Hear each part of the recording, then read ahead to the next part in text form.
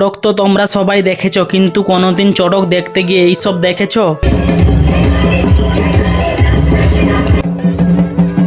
তো এভাবে বললে তোমরা বুঝবে না। চলো তোমাদের পুরো ব্যাপারটা আমি শুরু থেকে বলি।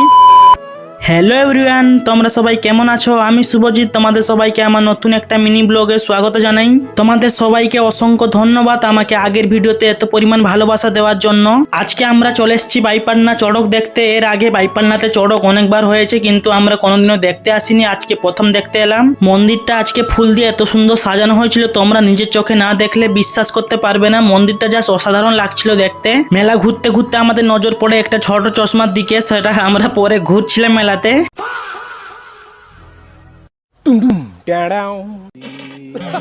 চশমাটা কেমন হয়েছে তোমরা একটু কমেন্ট করে জানাবে। রাস্তাতে হচ্ছিল ছৌ নাচ, আরো অনেক রকমের নাচ। এই আগে আমি এইরকম চড়ক দেখতে আসে এইরকম নাচ দেখিনি।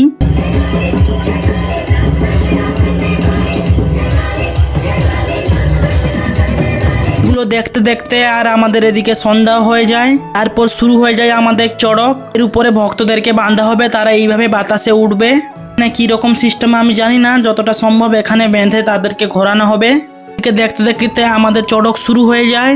তোমরা আমাকে একটা কমেন্ট করে জানাও বাইপান্না থেকে ব্লগটা কে কে দেখছো। এখনো আমাকে ফলো না করে থাকো, একটা ফলো করে আমার ছোট্ট একটা পরিবারের সদস্য হয়ে যাও। ভালো থাকবে, সুস্থ থাকবে, টাটা।